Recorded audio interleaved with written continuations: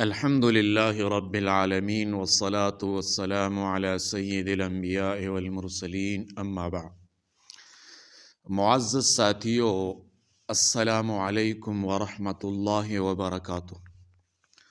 آج میں ایک مسئلہ بیان کر رہا ہوں، وہ مسئلہ ہے حیات النبی صلی اللہ علیہ وسلم۔ اس مسئلے میں علماء دیوبند اور مماتی علماء کے درمیان اختلاف ہے۔ اس پر ہم علماء دیوبند کی طرف سے چند دلائل پیش کریں گے، اور ایسے دلائل پیش کریں گے جو بہت کم لوگوں نے سنا ہوگا۔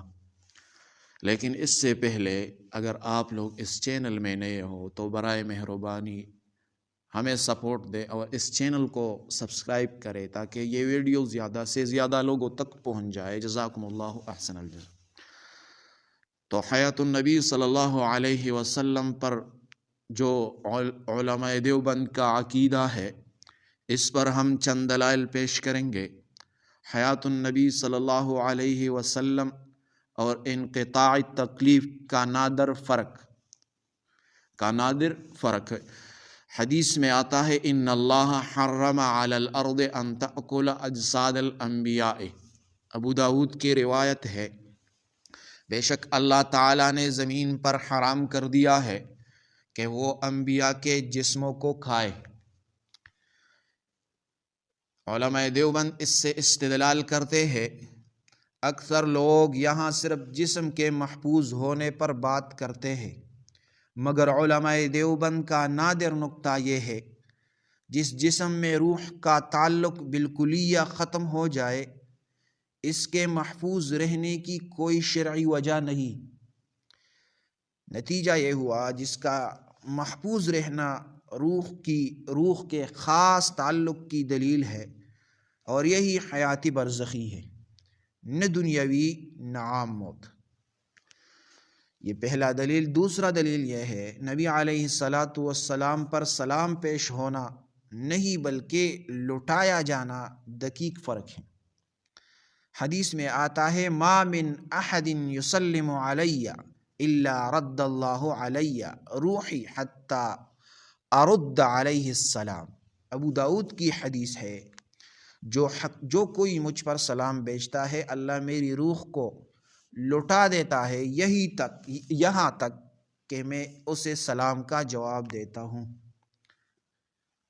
اس میں نکتہ یہ ہے، اکثر لوگ کہتے ہیں روح لٹائی جاتی ہے، یعنی پہلے نہیں ہوتی۔ علماء دیوبند کہتے ہیں رد کا لفظ عدم پر نہیں بلکہ توجہ کی طرف رجوع پر دلالت کرتا ہے۔ جیسے نماز میں دل موجود ہوتا ہے مگر توجہ لٹائی جاتی ہے، تو نتیجہ یہ ہوا یہ حدیث روح کے پناہ ہونے کی نہیں بلکہ روح کے تصرف اور شعور کی دلیل ہے۔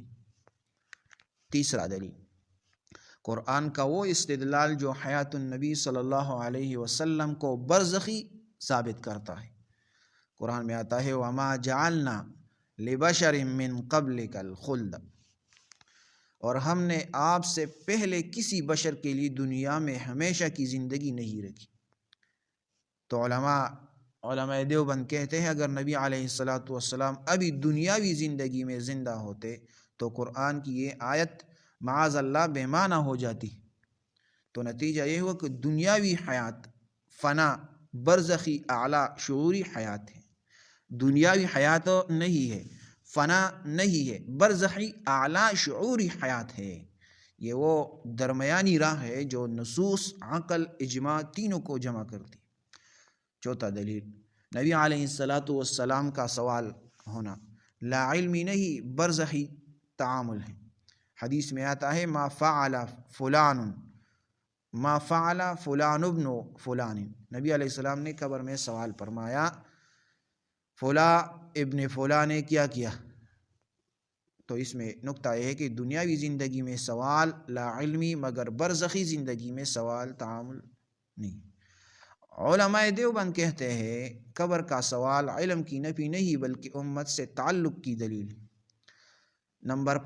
دلیل نمبر 5، دیوبندی موقف کا خاموش مگر فیصلہ کن اصول یہ ہے کہ حیات کا ثبوت، شعور، تصرف، تعلق نبی علیہ الصلوۃ والسلام میں تینوں ثابت ہے۔ شعور سلام کا جواب، تصرف امت کے لیے دعا، تعلق امت کے اعمال کا پیش ہونا۔ دنیاوی قیود نہیں ہے، جسمانی تکالیف نہیں ہے، نئی شریعت نہیں ہے، یہی دیوبند کا معتدل نصوص غیر غلو موقف۔ تو میرے بھائیو، اس مسئلے کو سمجھو اور یاد کر لو، دوسروں کے ساتھ شیئر کریں۔ جزاکم اللہ احسن۔